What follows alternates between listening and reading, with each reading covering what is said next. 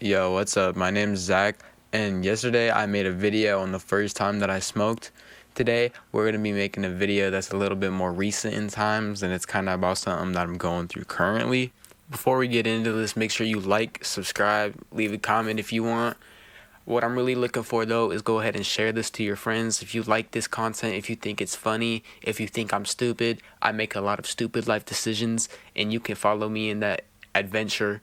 I'll probably be making a lot more in my future. I'm still young, so tune in early so that you can be, one of the first and shit. But like, subscribe. Let's get into it. What I'm talking about in this video is the two cars that I've owned since I was 16. Now, I am 18 now, so it's been 2 years, pretty much going on a car per year, which is not good, but I'm still on this second one, so hopefully we can let it stretch out a little bit. But before we even get started, please like, subscribe, and comment. Let me know what you want me to do in the comments for the next video. I need some suggestions because I kind of had to think really hard and realize what I should make this video about, so just let me know. And I'm kind of going to make this a habit in most of my videos, that at the beginning of the video, I take a bong rip.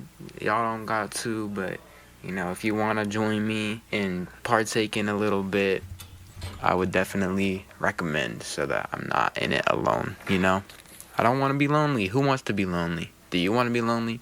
I don't. So take a fucking rip with me. Load your shit up right now. I'll wait like 3 seconds.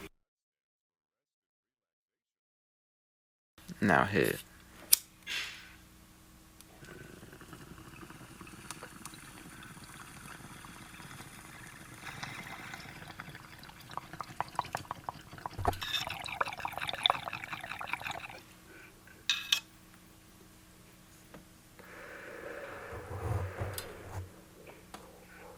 Good shit. Good shit. I want to introduce you to the first car that I ever owned, and that was a 2009 Honda Civic. I think it was a EXL. That was the trim of it. And let me tell you guys, this is the best first car that you can get your child. I swear to God, it's a family car. It gets really good gas mileage. It's got good cabin space and shit. It could literally fit so much. I'm pretty sure you can tow with a Honda Civic, and it's fucking it's just sporty, man. It's got VTEC. I personally love Honda Civics, and that's what got me into cars now, because I love cars and I love engines now. That Honda Civic got me into it. I'm not gonna lie. I kind of hated cars throughout my childhood because I just thought that they were super complicated and I didn't understand them. And that's kind of how I worked as a kid. If I didn't understand something, I fucking hated it, and I would diss on people who liked that thing because I was like, I don't know how to do it. Or, I wasn't in that crowd, so I hated on the other crowd, I don't know. I was a weird ass kid. I'm 18, so I'm not gonna say I'm some adult looking back down on my childhood back in the old days. But back when I was 16, 17, I was a little bit more stupid, I was a little bit more like that little kid, I didn't necessarily know as much, so I ended up needing an oil change at one point. So I brought it to my friend's house. This friend, I'm gonna call him Sheldon. Sheldon is his name. Alright, so I go to Sheldon's house with my car, and Sheldon, he lives where I live currently. He's not where Andrew and Colby live. So, but he still lives on a farm over in this area. So, he's got, I'm not saying he got money, but, he had the area for us to work on this at, right? I'll start looking up YouTube videos, trying to figure out what kind of screw size I'm gonna need, because I got a big ass toolbox for my Christmas gift that year, I believe. I think it was Christmas. It might have been my birthday or something, but I asked for a toolbox because I was getting into cars. So, I decided to try and change my oil with my friend Sheldon here, and it didn't necessarily go as planned, but we didn't notice it in the moment. And I'm not sure if this was actually the same time, but I'm pretty sure we were also changing out my speakers in my car because I had what was it? I still have actually. I had full Pioneer speakers, and then my back ones blew out, so I got Scar speakers, and now my shit sounds pretty good. I mean, I don't know, but I don't think it was that time. I'm not sure. It might have been, but no matter what, that night we started working on it, and he literally, like, his grandpa uses this like workshop, and he has this like truck outside, this diesel truck, and it's like such a big engine. I don't even know. I can't even describe it, bro. It's literally like a fucking tractor truck. I don't fucking know. But so I pull this in, and he has one of the little pits for like when you do an oil change. Or I mean, it's not just for oil changes. It's like you just go down in the pit if you're like taking out the transmission or taking off the exhaust. When you want to be underneath the car.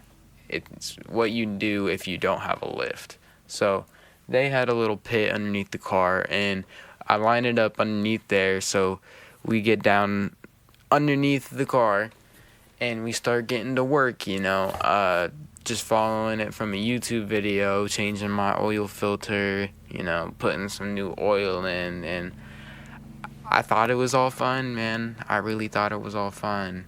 And it was fine for about a week, I think. I'd probably say about a week. And after that week came up, I started smelling some weird shit coming from my engine, and I started seeing like some kind of rainbowish puddles underneath my car. But I didn't really think much of it just because, like, I didn't know that much about cars. I was like, oh, maybe I am just leaking a little bit. It's normal. It's not normal, man. It's not normal to be leaking some shit. Just like rainwater. That's it, So, it started acting up a little bit. I'm not sure exactly what happened, but I remember I had to pull over at one point, and some guy pulled up behind me and was like asking me about like what's wrong, and we just like explained exchanged some words. Fuck, I can't fucking speak, dude. We started exchanging some words, and he basically told me that I was probably just gonna be fine, so I just left. Little did he know I would not be fine, and I would all find that out on homecoming night. Now, I was dating a woman at this point. It's not the one that I'm dating right now. I'm dating a much better one. This one was a little bit whack job, you feel me? But she was the one who noticed all like the rainbow shit around my car, and I just didn't even I didn't care about it. But me and her, we had gone to homecoming. It was lame as fuck, and we were going to go to a Halloween party afterward.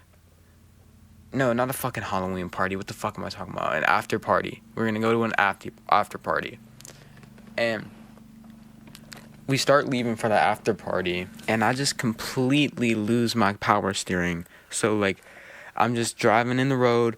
I lose all my gas, not like all my brake. I had some brake, but it wasn't like power brake. It was just like straight up. It felt like, I don't know. It felt like the fluid wasn't flowing right or something.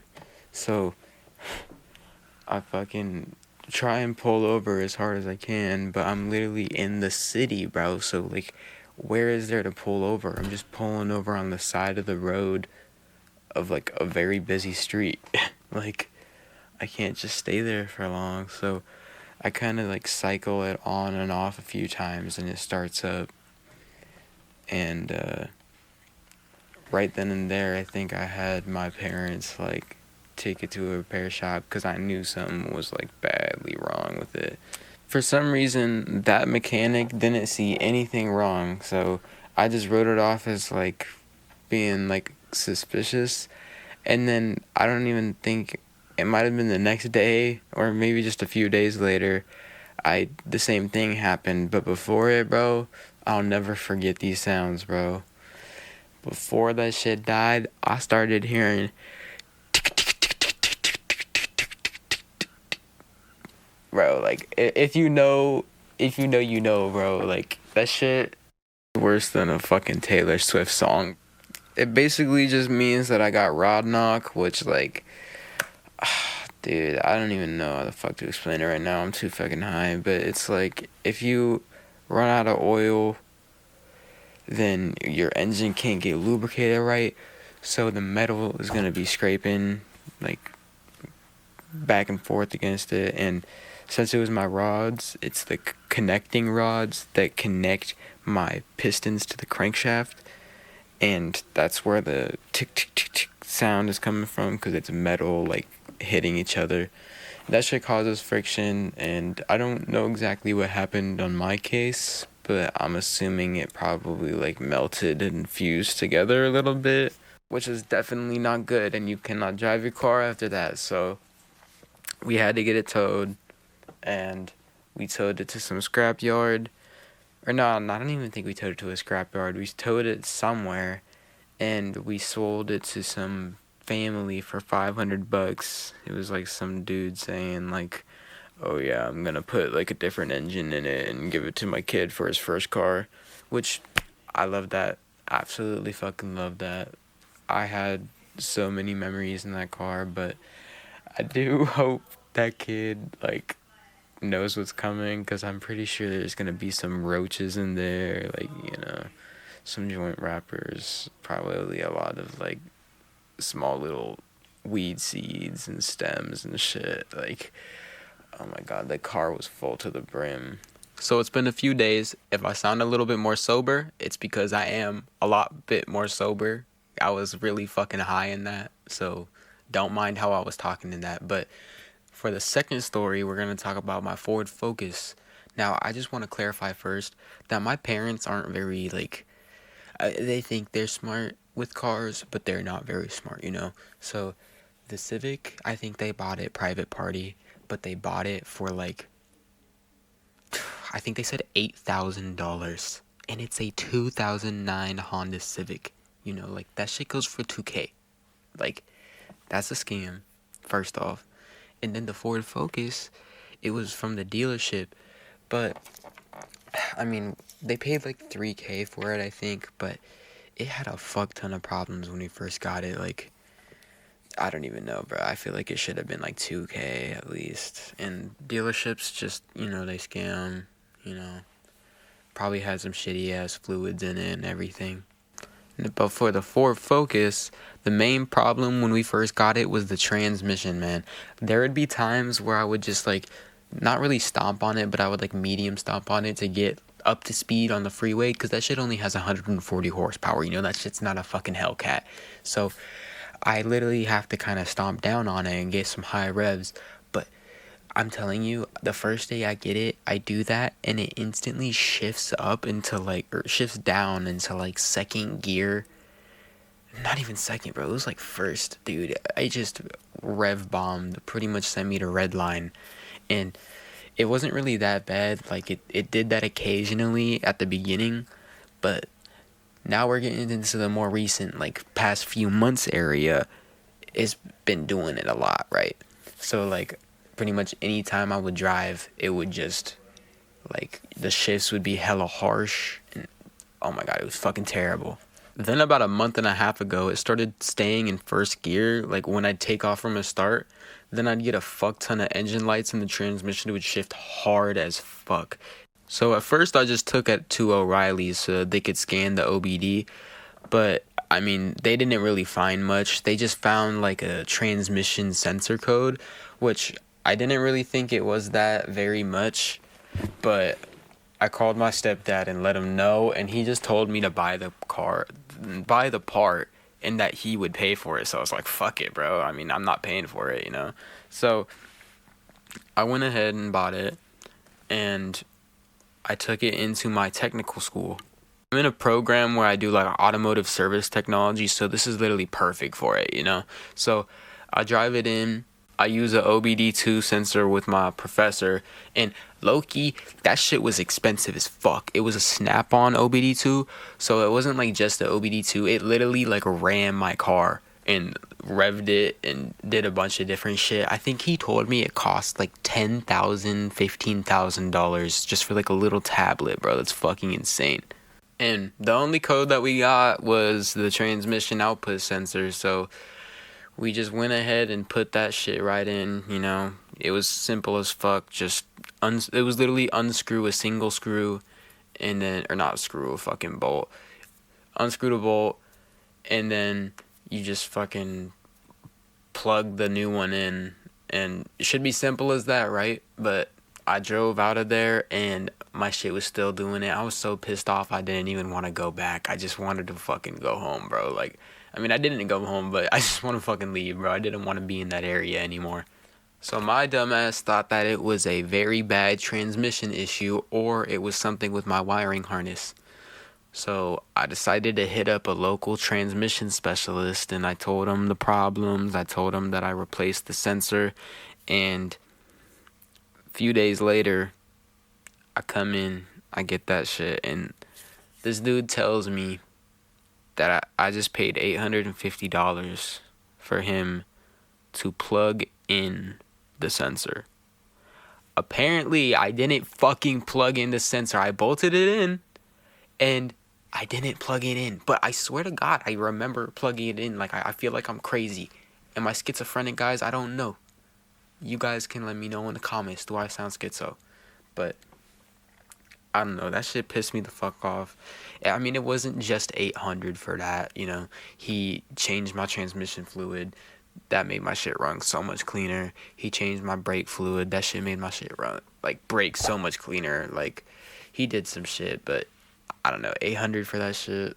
Oh, that's a little bit much, man. I don't know if I can justify that. But I mean, that's about all I've got for those two stories. So go ahead, hit a like, subscribe. You already know what it is. I don't know how to do this outro shit, but just let me know any kind of constructive criticism y'all got. Am I corny? Do I talk weird? Just let me know. Peace out. Love y'all.